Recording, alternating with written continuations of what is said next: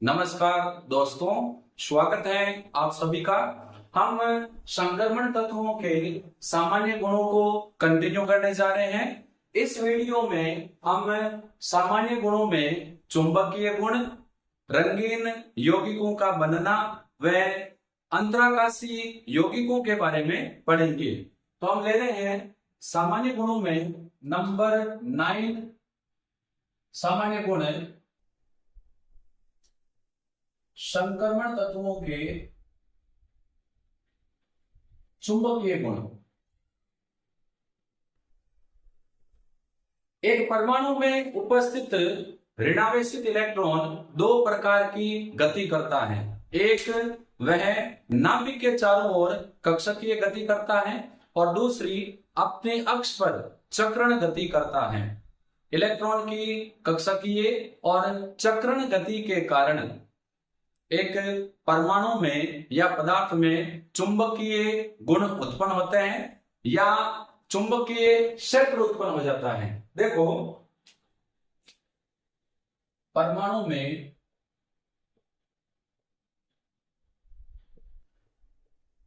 उपस्थित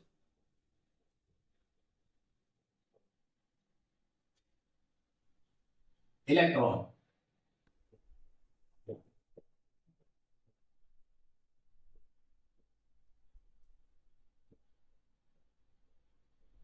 दो प्रकार की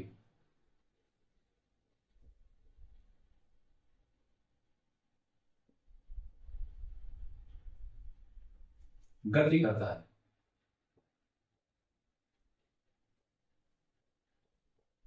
पहली वो गति करेगा कक्षकीय गति और दूसरी जो गति करेगा वो करेगा चक्रण गति।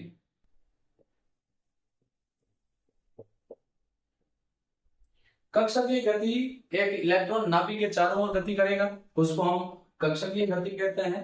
दूसरी, इलेक्ट्रॉन जब अपने अक्ष पर घूमता है तो उसको हम बोलते हैं चक्रण गति। कक्षकीय गति के कारण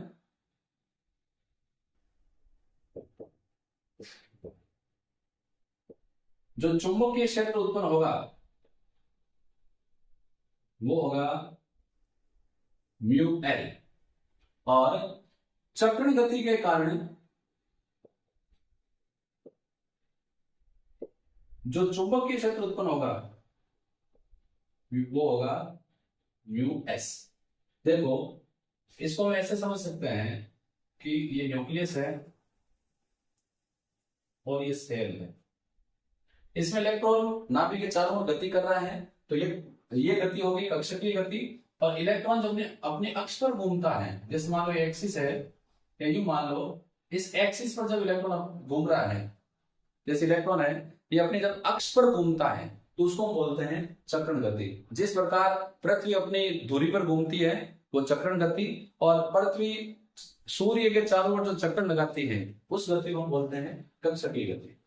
तो परमाणु में एक इलेक्ट्रॉन दो प्रकार की गति करता है, कक्षकीय गति, चक्रण गति। कक्षकीय गति के कारण उत्पन्न चुंबकीय क्षेत्र म्यू एल और चक्रण गति के कारण उत्पन्न चुंबकीय क्षेत्र म्यू एस।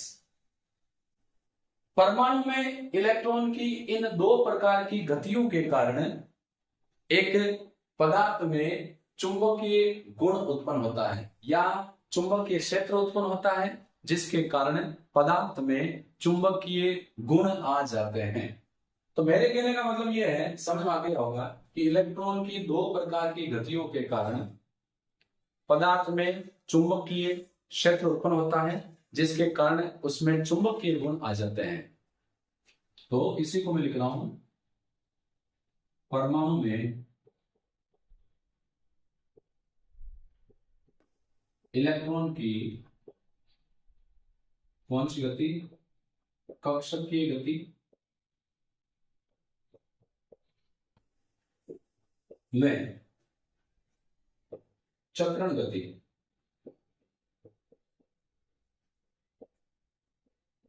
के कारण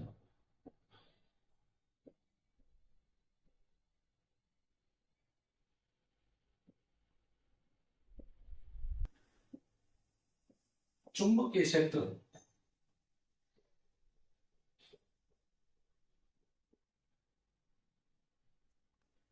उत्पन्न होता है, जिससे, अब जाहिर सी बात है जब चुंबकीय क्षेत्र उत्पन्न होगा तो पदार्थ में कौन से गुण आएंगे? चुंबकीय गुण। पदार्थ में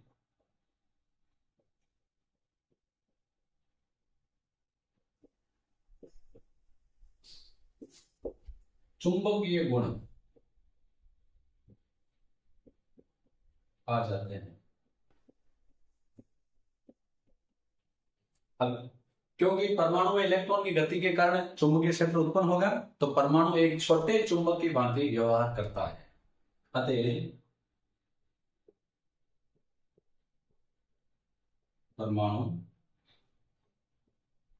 नन्हे छोटे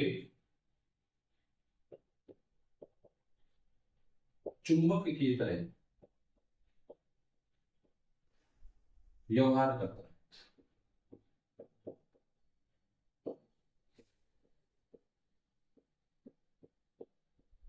क्लियर हो गया होगा? इलेक्ट्रॉन की दो प्रकार की गतियों के कारण उस एक पदार्थ में चुंबकीय क्षेत्र उत्पन्न होता है, जिसके कारण उसमें चुंबकीय गुण आ जाते हैं, और परमाणु एक नन्हे चुंबक की तरह कार्य करता है। अब देखो, जो संक्रमण तत्व हैं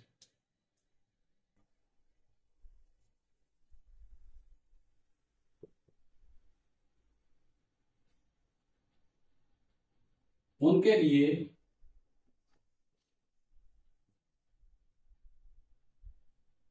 कक्षकीय चुंबकीय आघूर्ण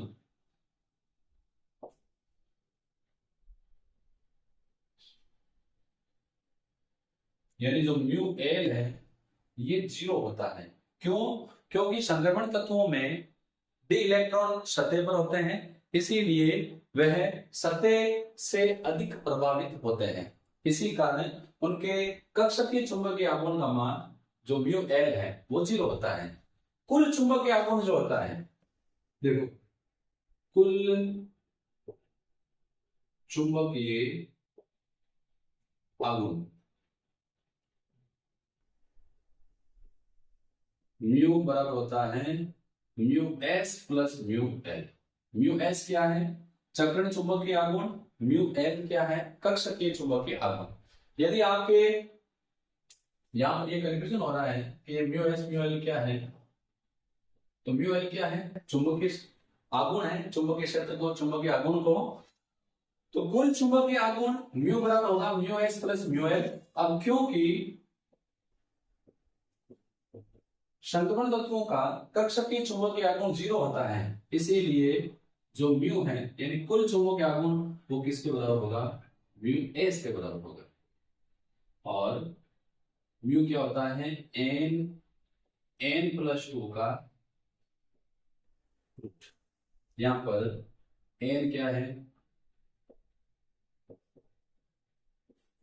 ए युग्मित इलेक्ट्रॉन की संख्या।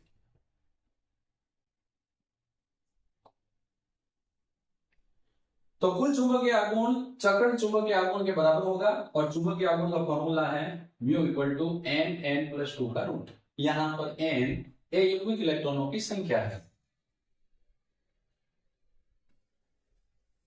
ये भी आपको जानकारी होनी चाहिए कि जो चुंबकीय आघूर्ण है इसको बोर मैग्नेट्रॉन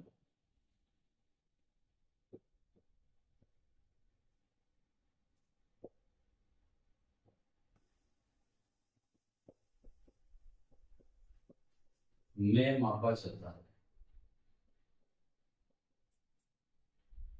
बोर मैग्नेट्रॉन, जिसको शॉर्ट में क्या बोलते हैं? बीएम में मापा जाता है। यानी बोर मैग्नेट्रॉन चुंबकीय आघूर्ण की यूनिट है, इसको हम बोर मैग्नेट्रॉन में ही मापेंगे। अब आगे की बात करते हैं। यहां तक हमने ये देखा कि परमाणु में उपस्थित इलेक्ट्रॉन की कक्षकीय और चक्रण गति के कारण उसमें चुंबकीय क्षेत्र उत्पन्न होता है। परिणाम स्वरूप पदार्थ में चुंबकीय गुण आ जाते हैं। कुल चुंबकीय आघूर्ण को बोर मैग्नेट्रॉन में ज्ञात करते हैं। कुल चुंबकीय आघूर्ण कक्षकीय चुंबकीय आघूर्ण और चक्रण चुंबकीय आघूर्ण के बराबर होता है, क्योंकि संक्रमण तत्वों में डी कक्षा के इलेक्ट्रॉन सतह पर होते हैं, इसीलिए सतह के वातावरण से वे अधिक प्रभावित होते हैं। इसी कारण उनका कक्षकीय चुंबकीय आघूर्ण शून्य होता है।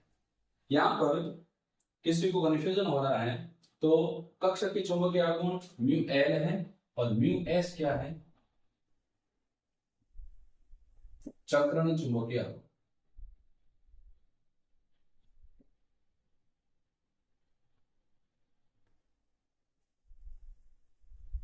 अब यदि हम एक पदार्थ को चुंबकीय क्षेत्र में रखते हैं, तो चुंबकीय क्षेत्र में पदार्थ के व्यवहार को हम 3 भागों में बांटते हैं। वे चुंबकीय क्षेत्र से आकर्षित भी हो सकता है, वे चुंबकीय क्षेत्र से प्रतिकर्षित भी हो सकता है, और वे चुंबकीय क्षेत्र से प्रबल आकर्षित हो सकता है। यदि वे चुंबकीय क्षेत्र से आकर्षित होता है, चुंबकीय क्षेत्र की तीव्रता को बढ़ाएगा, तो हम कहेंगे अनुचुंबकीय है। यदि पदार्थ चुंबकीय क्षेत्र से प्रतिकर्षित होगा, चुंबकीय क्षेत्र की तीव्रता को घटाएगा, तो हम कहेंगे प्रतिचुंबकीय है।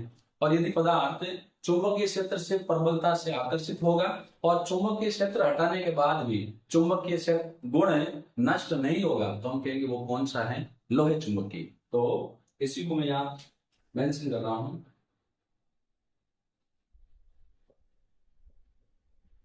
पदार्थ को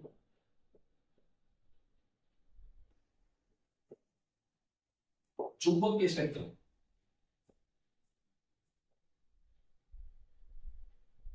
में रखने पर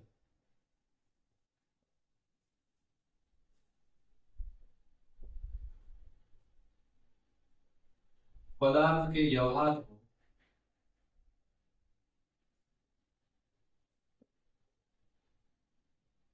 तीन भागों में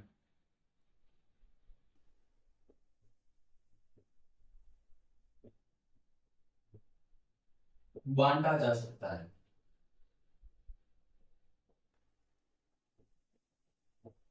कौन कौन से हैं? नंबर 1,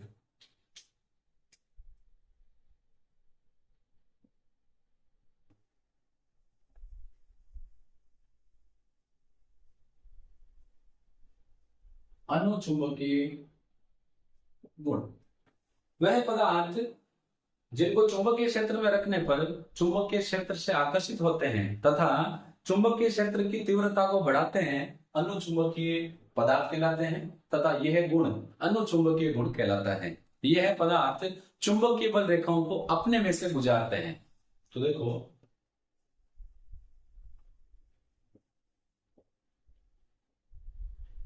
वह पदार्थ जिनको, अब चुंबकीय क्षेत्र बार बार आ रहा है, तो चू डॉट अक्षर डॉट कर लेते हैं। चुंबकीय क्षेत्र में रखने पर चुंबकीय क्षेत्र से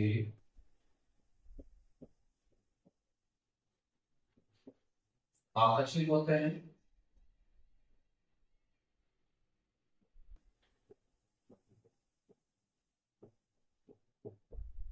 तथा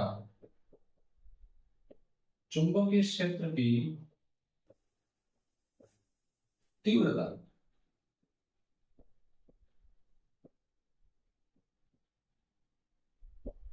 में वृद्धि करते हैं। उनको हम बोलेंगे अनुचुंबकीय पदार्थ। और जो ये गुण है चुंबकीय क्षेत्र की तीव्रता को बढ़ाने का, उसको हम बोलेंगे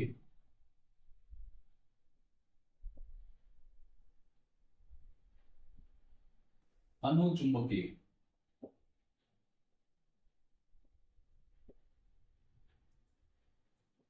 गुण कहलाता है।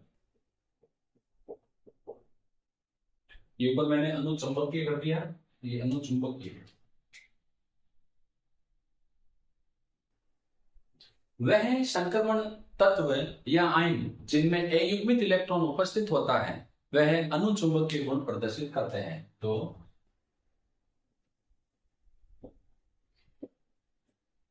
ए युग्मित इलेक्ट्रॉन की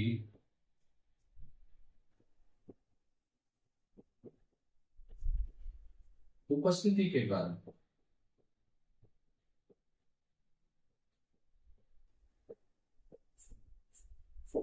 संक्रमण तत्व हो रहा है।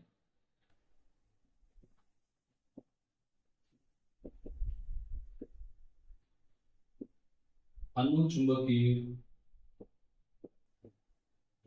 गुण दर्शाते हैं। जिनमें भी एक भी अयुग्मित इलेक्ट्रॉन होगा वे अनुचुंबकीय गुण दर्शाएंगे। नंबर 2 जो प्रॉपर्टी है वो है प्रतिचुंबकीय गुण।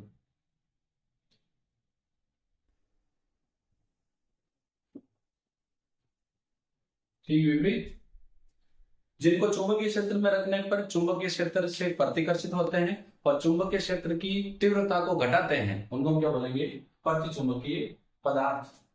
तो वह पदार्थ जो चुंबकीय क्षेत्र से प्रतिकर्षित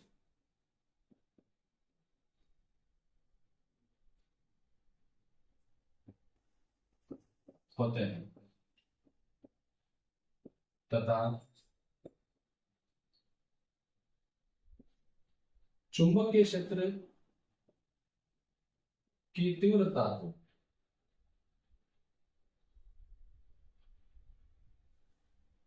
कम कर देते हैं।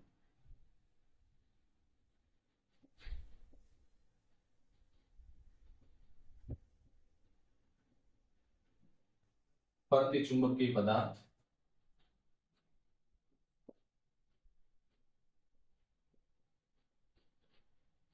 वे गुण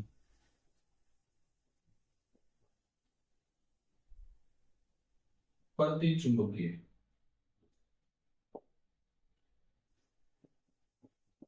गुण कहलाते हैं। यदि संक्रमण तत्व या उसके आयन में सभी इलेक्ट्रॉन युग्मित हैं तो युग्मित इलेक्ट्रॉन के कारण प्रतिचुंबकीय गुण प्रदर्शित करते हैं। सभी इलेक्ट्रॉन युग्मित, एक भी अकेला नहीं होगा होने के कारण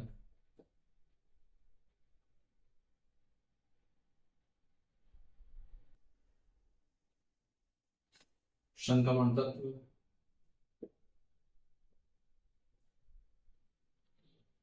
व आयन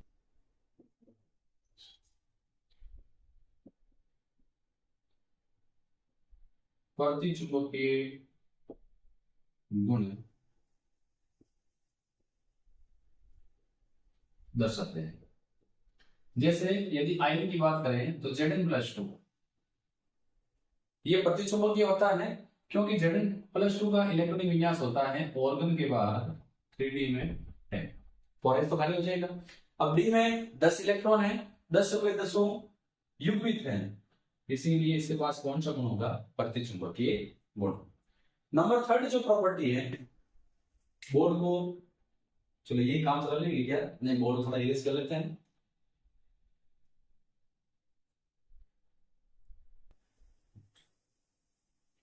नंबर 3 जो चुंबकीय गुण है वो है लोहे चुंबकीय।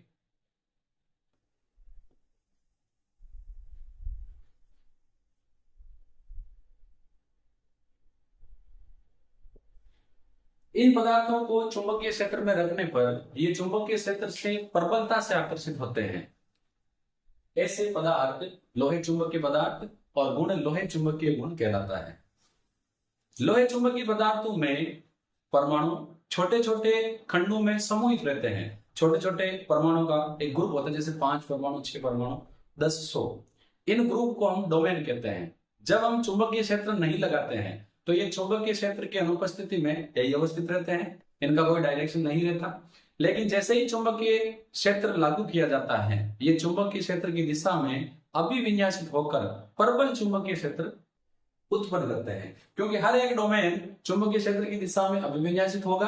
कुल चुंबकीय क्षेत्र सभी डोमेन के चुंबकीय क्षेत्र का योग होगा, और उस दृष्टि में चुंबकीय क्षेत्र अत्यधिक अधिक होगा। तो देखो, वह पदार्थ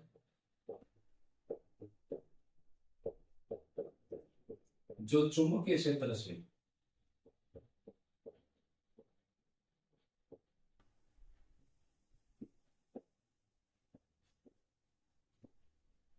प्रबलता से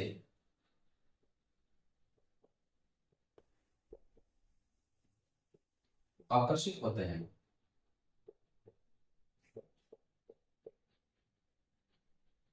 तथा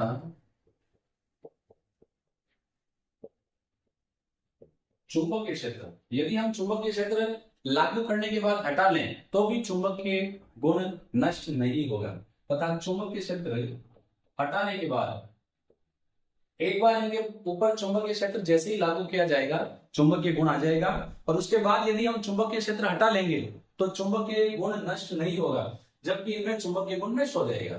तो चुंबकीय क्षेत्र हटाने के बाद भी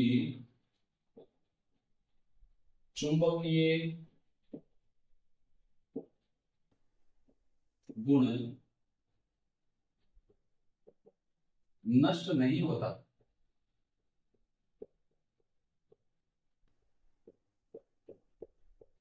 ऐसे पदार्थ को बोलते हैं लोहे चुंबकीय, लोहे चुंबकीय पदार्थ।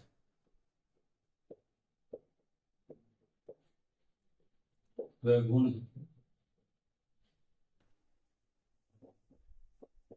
लोहे चुंबकीय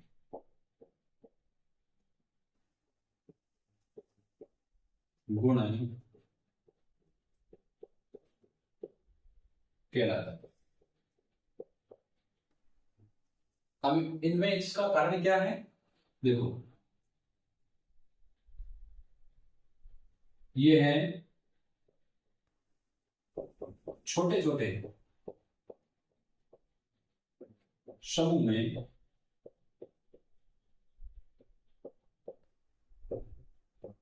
समूहित होते हैं, खंड कर लेते हैं, छोटे खंडों में, पार्ट, अलग अलग खंडों में समूहित होते हैं। जैसे मान लो एक 4 बच्चों का ग्रुप, एक 5 बच्चों का ग्रुप, ऐसे छोटे छोटे ग्रुप में होते हैं। इन ग्रुप को क्या बोलते हैं, जिन्हें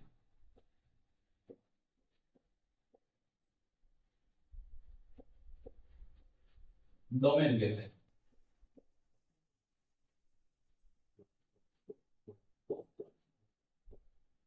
चुंबकीय क्षेत्र अगर नहीं लगाएंगे, लागू नहीं किया है, तो चुंबकीय क्षेत्र की अनुपस्थिति में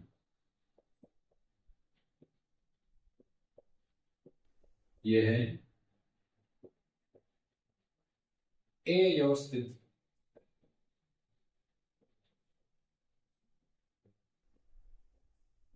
होते हैं। जैसे ही चुंबकीय क्षेत्र लगाएंगे, चुंबकीय क्षेत्र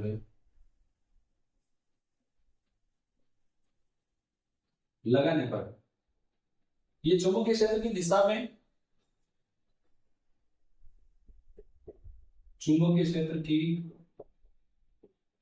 दिशा में अभिविन्यासित होकर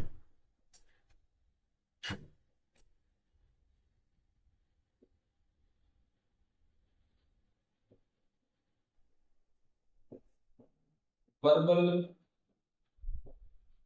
चुंबकीय क्षेत्र उत्पन्न करते हैं, और यही कारण है, इसी कारण इनसे स्थायी चुंबक बनाए जाते हैं।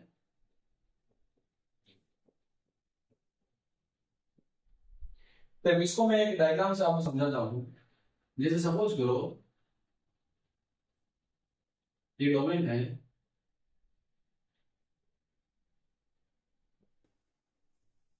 ये है चुंबकीय क्षेत्र की एफिशिएंसी में।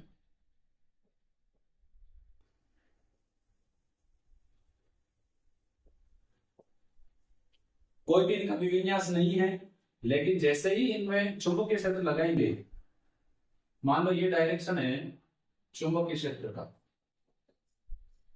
तो ये क्या करेंगे, इसी डायरेक्शन में अभी विन्यासित हो जाएंगे और प्रबल चुंबकीय क्षेत्र उत्पन्न करेंगे। क्योंकि सभी का चुंबकीय आघूर्ण चुंबकीय क्षेत्र की दिशा में है, तो कुल चुंबकीय आघूर्ण सभी के चुंबकीय आघूर्ण के योग के बराबर होगा। इसी कारण ये प्रबल चुंबकीय क्षेत्र उत्पन्न करते हैं। एग्जाम्पल की बात करें तो आयरन, कोबाल्ट और निकल, इनसे स्थायी चुंबक बनाए जाते हैं। तो ये हमने बात की चुंबकीय गुण की, बहुत सारे इरेज कर लेते हैं।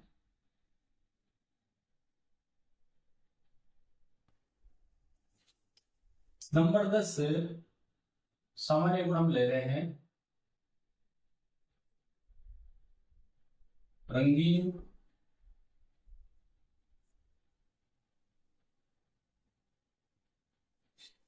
यौगिकों का बनना या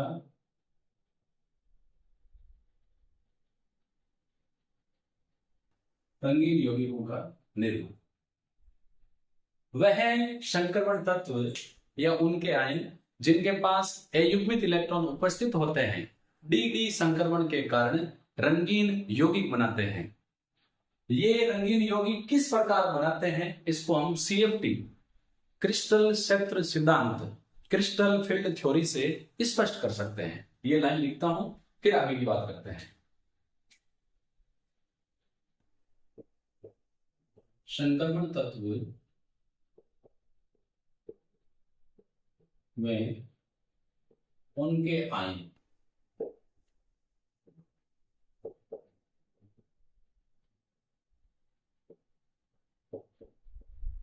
अयुग्मित इलेक्ट्रॉन, ये ई माइनस इलेक्ट्रॉन है कि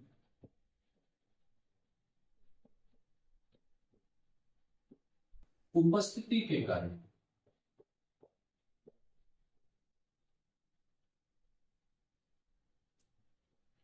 रंगीन यौगिक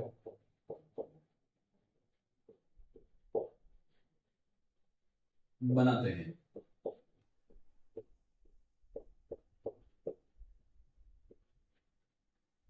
इसे CFP, क्रिस्टल क्षेत्र सिद्धांत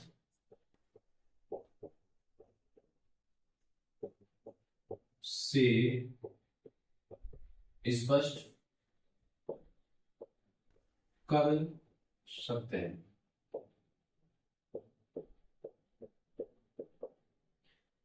क्रिस्टल क्षेत्र सिद्धांत क्या कहता है? इस सिद्धांत के अनुसार धातु आयन के पांचों डी कक्षकों की ऊर्जा समान होती है। ऐसे कक्षक जिनकी ऊर्जा समान होती है समभ्रंश कक्षक कहलाते हैं। पहले सभी डी कक्षकों की ऊर्जाएं समान होती हैं, लेकिन जब धातु आयन किसी लिगेंड लिगेंड वह परमाणु या परमाणुओं का समूह होता है जो धातु को लोन पेयर इलेक्ट्रॉन प्रदान करता है। जब केंद्रीय धातु परमाणु या धातु आयन लिगेंड के संपर्क में आता है तो लिगेंड और धातु के इलेक्ट्रॉनों के मध्य प्रतिकर्षण होता है। परिणाम स्वरूप धातु के डी कक्षक दो भागों में टूट जाते हैं। निम्न ऊर्जा वाला भाग T2G, उच्च ऊर्जा वाला भाग Eg कहलाता है। तो ये CFT क्या है? धातु के सभी डी कक्षकों की ऊर्जा समान होती है। इन्हें क्या कहेंगे? इन्हें, जिनकी ऊर्जा समान है उन्हें हम बोलेंगे समभ्रंश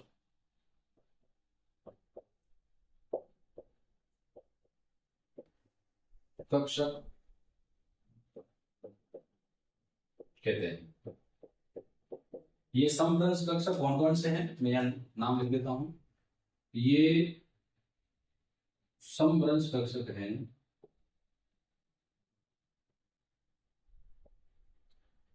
D X Y, D Y Z, D X Z, D X square Y square और डी जेड स्क्वायर। सभी की ऊर्जा समान है, समभ्रंश कक्षक होंगे। लेकिन क्या होगा, जब धातु आयन लिगेंड के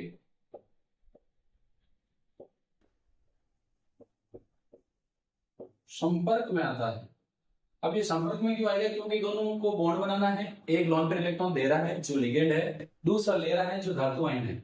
लिगेंड के संपर्क में आता है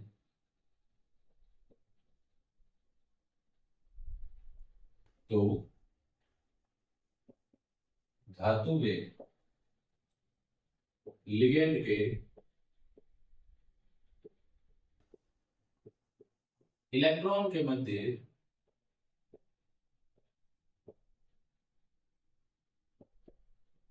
प्रतिकर्षण के कारण ये डी उपकोष दो भागों में विभाजित हो जाएंगे। डी उपकोष के कक्षक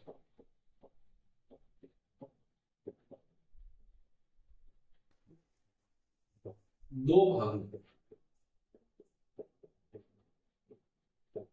विभाजित, कौन कौन से? T2G और EG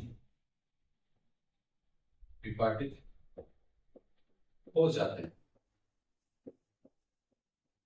अब क्योंकि दोनों की ऊर्जाएं अब अलग अलग हो गई है, निम्न ऊर्जा वाला T2G, उच्च ऊर्जा वाला EG, तो डी कक्षकों की समभ्रंशता समाप्त हो जाएगी। इससे समभ्रंशता समान ऊर्जा वाली जो थी क्या हो गई, समाप्त हो जाती।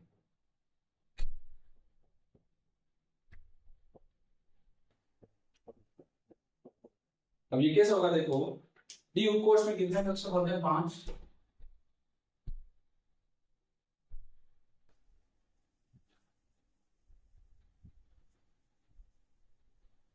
ये डी उपकोष है, लिगेंड के संपर्क में आया तो दो भागों में ये विभाजित हो गए। उच्च ऊर्जा वाले EG और निम्न ऊर्जा वाले जो 3 कक्षक हैं, ये कौन है? T2G। ये वाले जो हैं ये इजी है। EG में कौन है? dx स्क्वायर वाई स्क्वायर और dz। T2G में dxy, dyz और dxz। अब देखो इनके बीच का जो ऊर्जा अंतराल है यहां से लेके यहां तक, इसको हम बोलते हैं CFSE, crystal field splitting energy, crystal क्षेत्र विभाजन ऊर्जा। अब क्या होगा, सपोज लो इलेक्ट्रॉन यहां है T2G में, एक AU इलेक्ट्रॉन है। ये इलेक्ट्रॉन ऊर्जा का अवशोषण करके T2G से EG में संक्रमण कर जाता है। प्रकाश के जिस रंग का अवशोषण करके इलेक्ट्रॉन T2G से EG में संक्रमण करता है उसका हमें पूरक रंग दिखाई देता है। यानी यदि ये नीले रंग का अवशोषण करेगा तो पीला पीला दिखाई देगा, नारंगी रंग के प्रकाश का अवशोषण करेगा तो ये नीला दिखाई देगा। तो अब देखो कलर क्यों होता है, तो देखो प्रकाश के जिस रंग का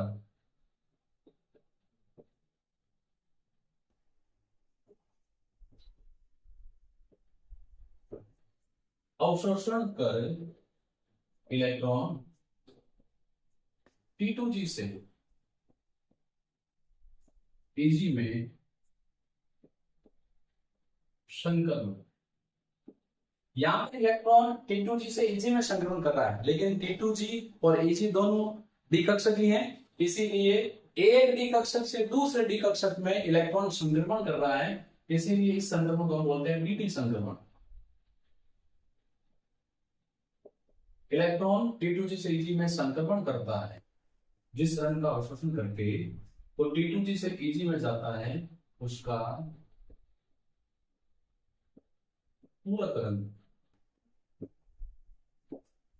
दिखाई देता है।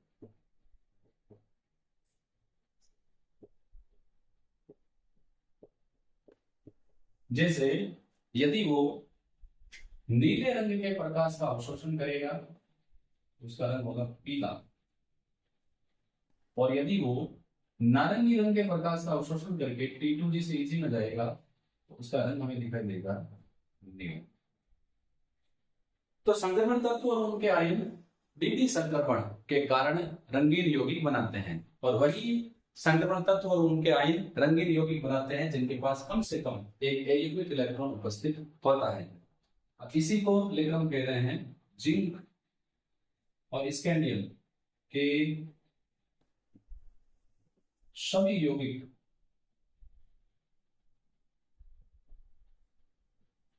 रंगहीन होते हैं। देखिए इसमें पीछे क्या कारण है, क्योंकि जिंक अपने सभी यौगिकों में +2 ऑक्सीजन अवस्था दर्शाता है, और +2 ऑक्सीजन अवस्था में जिंक का इलेक्ट्रॉनिक विन्यास हो जाएगा ऑर्गन 3d में 10, अयुग्मित इलेक्ट्रॉन 0।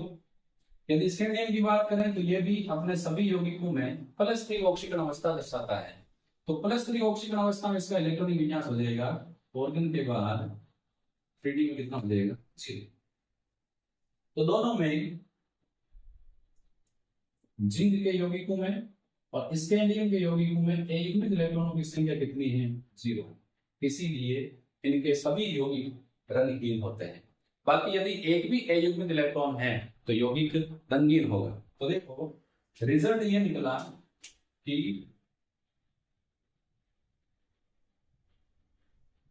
अयुग्मित इलेक्ट्रॉन उपस्थित, तो वो होगा चुंबकीय गुण में अनुचुंबकीय और कलर वाली प्रॉपर्टी में रंगीन। और यदि सभी इलेक्ट्रॉन युग्मित यानी अयुग्मित इलेक्ट्रॉन एक भी नहीं है, ऐसी कंडीशन में वो चुंबकीय गुण में होगा प्रतिचुंबकीय और उसका कोई रंग नहीं होगा, वो रंगहीन होगा। तो यहां पर मैंने आपको इस लेक्चर में 2 प्रॉपर्टी पढ़ाई है, पहला चुंबकीय गुण और दूसरा रंगीन यौगिकों का निर्माण। बचे हुए जितने भी जनरल कैरेक्टर हैं हम नेक्स्ट वीडियो में पढ़ेंगे। हम फिर मिलेंगे नेक्स्ट वीडियो में। धन्यवाद।